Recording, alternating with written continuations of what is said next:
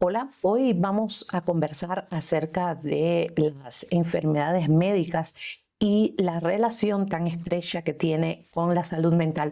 Creo que puede ser un video interesante para cualquier persona que esté en este momento atravesando una situación compleja de salud física o quien por cuadros de estrés, por ejemplo, estén somatizando en su cuerpo todos estos malestares. Y por otro lado, espero también que sea un espacio importante para compartir con estudiantes de psicología clínica y colegas del campo de la salud. Mi nombre es Yaima, soy psicóloga clínica y psicodramatista y te quiero dar la bienvenida a mi canal de YouTube.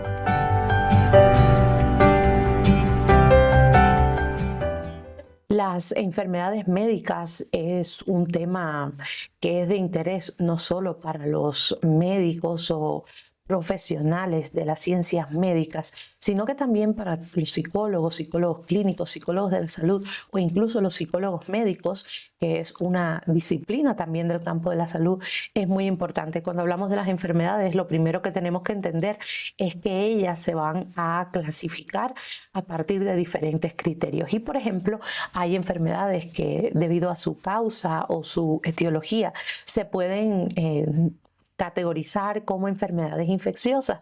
Aquí tenemos la gripe, por ejemplo, cuando suelen haber mucho cambio climático o también cuando hay influencia, este tipo de epidemias en contextos y épocas, en verdad son épocas del año en específicas o a veces son causadas también por bacterias, por hongos o parásitos. Otro tipo de enfermedades, por esto de que lo que lo causa son genéticas o hereditarias. Aquí estamos hablando de alteraciones a nivel genético que puede resultar tanto de una herencia genética o también de mutaciones en el proceso de formación del ser humano. Y aquí estaríamos hablando, por ejemplo, de la diabetes tipo 2 o del síndrome de Down, serían algunos ejemplos. Otro grupo de enfermedades son las autoinmunes. Estas están relacionadas cuando el sistema inmunológico ataca tejidos propios del cuerpo, pero por un error, porque el sistema inmunológico debería ser o es en verdad su función el defender al organismo. Y cuando no lo hace, estamos hablando ejemplos de este tipo de enfermedades, el lupus, por ejemplo, la artritis reumatoide, la esclerosis múltiple son catalogadas como enfermedades autoinmunes. Por otro lado, están las degenerativas. Aquí estaríamos hablando que se da un deterioro progresivo de funciones en la persona, puede ser por sus tejidos, por los propios órganos. Un ejemplo de esto sería la enfermedad del Parkinson o el Alzheimer, por ejemplo, y que podemos ver cómo no hay una cura, sino los tratamientos se enfocan en relentecer el avance de esta enfermedad y mejorar la calidad de vida de estos pacientes. Otro grupo de enfermedades serían las metabólicas, que estas tienen que ver con precisamente los procesos metabólicos del cuerpo, y un ejemplo de ellas sería el hipotiroidismo. Y por último, me gustaría mencionar en este grupo que tiene que ver con la causa. ¿Qué causa la enfermedad? Aquellas que son ambientales u ocupacionales. Aquí estaríamos hablando que hay determinados factores del ambiente o del entorno laboral que por posturas o características del trabajo pueden provocar enfermedades. Pensemos, por ejemplo, cuando se expone mucho a las radiaciones, UVA o la exposición, ¿no?, al sol, puede generar cáncer en la piel y no es algo que la persona trae intrínseco en su cuerpo, sino que es generado por un factor ambiental. Una segunda tipología tiene que ver con dónde se localiza la enfermedad. En este caso, si la enfermedad afecta el corazón, si afecta los vasos sanguíneos, estaríamos hablando de una enfermedad cardiovascular. Y aquí un ejemplo de ella sería la hipertensión arterial o las arritmias podría ser otro de los ejemplos. Si se localizan en la zona de todo el sistema respiratorio, estaríamos hablando de enfermedades respiratorias como el asma, por ejemplo. Otro tipo serían las gastrointestinales. Es muy importante para nosotros los psicólogos conocer mucho este tipo de enfermedades porque el sistema digestivo suele ser un órgano diana, o sea, donde se ataca mucho cuando la persona está sufriendo de estrés. Y aquí estaríamos hablando de la enfermedad de colon o la colitis ulcerosa, o podríamos estar hablando de la gastritis. Son tres ejemplos de enfermedades que tienen bastante prevalencia. Por otro lado están las enfermedades neurológicas, que estas involucran, por supuesto, el sistema nervioso, y aquí estaríamos hablando de las migrañas, que por ejemplo sería una enfermedad bastante común en la población y que se detona cuando a veces hay exposiciones al sol, pero también a veces tienen que ver mucho con cuadros de estrés en la persona. Las enfermedades endocrinas como la diabetes o las musculoesqueléticas, aquí estaríamos hablando, se involucra huesos, articulaciones, músculos. Por ejemplo, la osteoporosis sería una de estas enfermedades, y las dermatológicas, que de nuevo digo, es una de las enfermedades importantes que siempre van a tener un factor psicológico asociado. Aquí estamos hablando de la psoriasis, alopecia, dermatitis, que muchas tienen que ver con un origen psicológico. Por último, estarían las enfermedades oncológicas, que aquí tendríamos que decir que en sentido general, los pronósticos no suelen ser favorables, pero con diagnósticos tempranos y dependiendo de la localización puede haber un buen pronóstico en las personas con cáncer. Otra clasificación, y voy a mencionarles la tercera, tiene que ver con la duración y la evolución de la enfermedad. Hay enfermedades que son agudas. Esta tipología es cuando la enfermedad es muy intensa, rápida, pero tiene una duración corta. Por ejemplo, aquí estaríamos hablando de una infección urinaria, por ejemplo, o estaríamos hablando de una neumonía, que si bien se pueden complicar, realmente pueden llegar a ser graves, pero son de una corta duración y el pronóstico en general es bueno. Las crónicas son aquellas que persisten a lo largo del tiempo, suelen tener una progresión lenta, tratamientos que son a muy largo plazo. La hipertensión sería un ejemplo, la diabetes también, y las subagudas, que sería una enfermedad que tiene una duración intermedia entre las agudas y las crónicas. Un ejemplo de esta sería la bronquitis subaguda, que suele tener un periodo considerable, que suele ser intensa, pero no llega a ser crónica esta enfermedad. Quisiera hablarles de una cuarta clasificación, que es las enfermedades por su gravedad o el pronóstico que ellas tienen, y ya les fui adelantando algo de eso. Hay enfermedades que por su gravedad son leves, por tanto no van a tener un riesgo significativo para la vida de la persona. Aquí estaríamos hablando de un resfriado común, por ejemplo, o moderadas, si sí afectan la calidad de vida y requieren un tratamiento, pero que no suele poner en peligro la vida de la persona. Un ejemplo sería una anemia leve.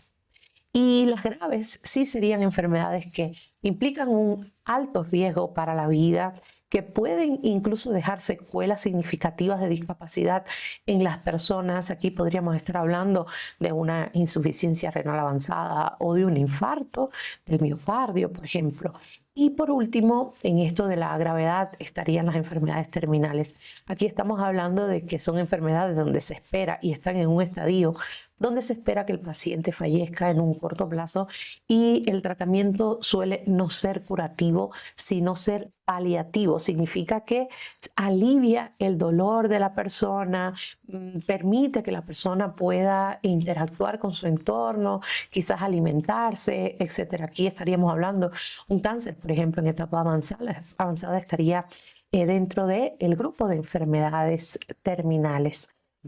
Otra clasificación es por el modo de transmisión, porque hay enfermedades que son contagiosas y otras que no lo son.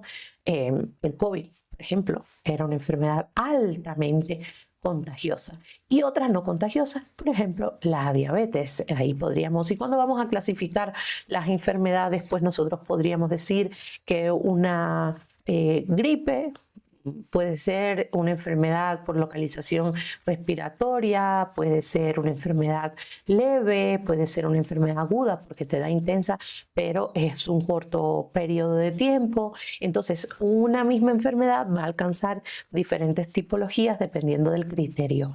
Y también estaríamos, por ejemplo, hablando de por el tipo de tratamiento. Hay enfermedades cuyo tratamiento es quirúrgico, o sea, tiene que haber una intervención quirúrgica. Otras que son médicas, pero que no llevan la cirugía, una bronquitis, una hipertensión, no lo llevan. Y otras que son psicológicas o psiquiatras. Aquí estaríamos hablando de que las intervenciones van a ser psicoterapéuticas y en algunos casos también psicofarmacológicas. una depresión o una esquizofrenia serían ejemplos de este tipo de enfermedades. Entonces, cuando nosotros pensamos en las enfermedades y su relación que tiene con la salud mental, hay que considerar los agentes patógenos y los agentes inmunógenos. ¿Qué cosa es un agente patógeno? Bueno, son conductas que hacen las personas que les hacen ser más susceptibles o más vulnerables a contraer una enfermedad. Una persona que fuma o una persona que bebe alcohol o una persona que tiene conductas de riesgo al manejar, pues puede estar propensa y eso constituirse como agentes patógenos para desarrollar una enfermedad médica. O por otro lado, en agentes inmunógenos estaríamos hablando de conductas, de hábitos de vida saludables que ayudan a reducir el impacto de una enfermedad, que el afrontamiento del organismo y también de la mente de la persona sea muchísimo mejor. Y aquí estaríamos hablando de poder dormir entre 7 y 8 horas aproximadamente, aunque esto tiene mucho que ver con la edad, el comer tres comidas al día, desayuno, almuerzo, cena, no hacer picoteos entre horas, mantener un peso corporal dentro de los límites saludables, también practicar ejercicio físico del tipo que sea que hagas, si te gusta correr, si te gusta practicar algún deporte como el tenis, el vóley, lo que sea, si practicas ejercicios de yoga, etcétera, pues son algunas maneras en las cuales tú te puedes mantener saludable. Por otro lado, no fumar, creo que es fundamental y este sí es un no absoluto, y en el alcohol que haya una ingesta moderada. ¿Cuáles serían entonces objetivos de la psicología clínica de la salud o médica en el abordaje de las enfermedades médicas? Yo creo que tenemos un papel muy importante en temas de promoción de salud. Sabemos que si la persona, como les estaba diciendo antes, desarrolla conductas de vida o hábitos saludables, tiene un estilo de vida, no es algo que tú vas a hacer una semana, un mes y lo vas a abandonar. Eso ayudaría a que la persona tenga un buen o un bienestar físico y también emocional. Por otro lado, prevenir enfermedades, y esta está muy relacionada, si modificamos estos hábitos que se relacionan a patologías específicas, y hablaba del fumar, por ejemplo, el tabaquismo como enfermedad, ayudaría muchísimo a prevenir enfermedades, incluso estos controles que se pueden hacer preventivos para, porque formas parte de determinado grupo poblacional, de la tercera edad, o hay enfermedades típicas de las mujeres, de los hombres, etc. Por otro lado, ayudamos a evaluar y este tratamiento de enfermedades específicas, porque no solamente van a involucrar aspectos biológicos de la persona, sino emocionales. Una persona que tiene intestino irritable o el síndrome del colon irritable va a ser un paciente que cuando tiene un afrontamiento no saludable a un conflicto y el estrés se le dispara el cortisol, es alguien que va a somatizar porque tiene este síndrome del colon irritable. Entonces, combinar tratamientos médicos y psicológicos son fundamentales. Por otro lado, también creo que tenemos un papel fundamental en la evaluación y mejora del sistema sanitario, porque ayudamos muchísimo a trabajar la atención primaria de salud, que tiene mucho que ver con promover estilos de vida saludables, esta educación sanitaria de los usuarios e incluso la relación entre el propio personal de la salud en este trabajo interdisciplinario, en la ayuda a gestar políticas públicas de salud. Yo creo que es un trabajo en el cual colaboramos muchos los psicólogos. Hay otro elemento interesante que me gustaría que conversáramos, y es cómo, dependiendo del tipo de paciente, va a ser el abordaje del psicólogo clínico, de la psicoterapia, y esto por tanto tiene que ser individualizado y va más allá de un diagnóstico de salud. Pensemos en una persona que tiene diabetes, pero que a la vez como comorbilidad tiene obesidad. Y a la vez es una persona que tiene dificultades para el control de la ira, por tanto va a haber unos disparadores ahí de estrés, de enojo, que a nivel físico van a afectarle. Pero pensemos si es alguien que tiene o no redes de apoyo, eso va a ser importante mirarlo. Entonces un abordaje, una atención tiene que ser individualizada y tener un enfoque flexible también, tener en cuenta el contexto sociocultural de las personas, tener en cuenta su historia de vida y sus características personales, aunque claro, en las teorías dentro de la medicina, dentro de la psicología clínica y de la salud, estarían escribiendo o describiendo algunas generalidades que acompañan patologías, pero siempre ir a la especificidad de la persona con la que yo estoy trabajando y su historia de vida. Así que tenemos que hacer una evaluación integral, y cuando hablamos de hacerle una historia clínica al paciente vamos a detallar todos estos antecedentes de la persona, pero también de su familia, porque hay enfermedades, recordemos, hereditarias. Por otro lado, también qué pasa con sus hitos o situaciones importantes, significativas en su historia de vida. Se va a utilizar instrumentos de evaluación psicológica, entrevistas clínicas, y dependiendo de la formación del terapeuta puede utilizar pruebas psicométricas para identificar rasgos de personalidad, niveles de ansiedad, de estrés, etc. Y también hay instrumentos que son proyectivos, que tienen mucho que ver con cómo se construye la relación con el paciente. Y vuelvo a insistir, el contexto cultural y contextual, dónde está la persona, su género, su cultura, su edad, si tiene alguna costumbre, religión, su nivel socioeconómico, porque son elementos que van a ayudar o dificultar el bienestar de estos pacientes. Por otro lado, centrémonos mucho en tener una relación terapéutica saludable, empática, donde validemos lo que le pasa a la otra persona y cómo ella lo está viviendo. Y por otro lado, considerar también el nivel de funcionalidad que tiene el paciente, cómo estos síntomas de sus enfermedades médicas afectan, por ejemplo, o restan a la calidad de vida del paciente, y cómo se pueden hacer intervenciones que sean graduales, que faciliten el progreso sin que le genere al paciente una frustración o una sobrecarga. Por otro lado, ayudarle a enfrentar las crisis que se pueden derivar de estos diagnósticos, que algunos son complejos y algunos como enfermedades terminales que no van a tener solución. Debemos, por otro lado, educar a los pacientes y empoderarlos con sus tratamientos. Por tanto, psicoeducar va a ser algo que nosotros hacemos. El médico, el psicólogo puede dar algunas pautas, recetar unos fármacos, pero luego es el paciente en su vida quien tendrá que hacer los cambios en cómo se alimenta, los horarios de vida, tomar las medicinas en los tiempos que le indica el doctor. Entonces, el paciente necesita tener una adherencia al tratamiento. Y finalmente, quiero mencionar, antes de despedirme, el enfoque interdisciplinario, porque es una persona con una situación de salud que debe ser mirada desde distintas disciplinas. Y por eso trabajamos psicólogos, psiquiatras, médicos, especialistas del área donde sea la enfermedad, si es dermatólogo, si es un oncólogo, dependiendo de esto. Y por otro lado también se involucran personas, por ejemplo, como los trabajadores sociales, que van a impactar en el contexto de familia y de comunidad de estas personas. Y no puedo despedirme sin decirte que es muy importante que precisamente por todo esto que hacemos prestemos atención al tema del autocuidado.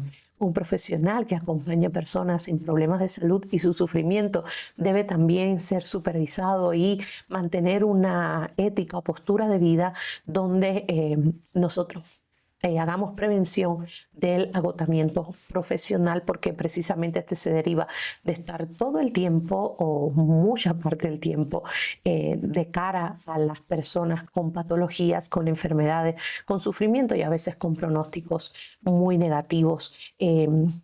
No siempre los tratamientos médicos van a lograrlo. Eso es muy importante, y por eso pensar en el bienestar de la persona es algo que siempre debe ser central en nuestro trabajo como psicólogos clínicos y de la salud. Finalmente, me gustaría invitarte a que, si es un video que no es para ti, o si además de ti hay alguien importante de tu vida que necesite escucharlo, compárteselo.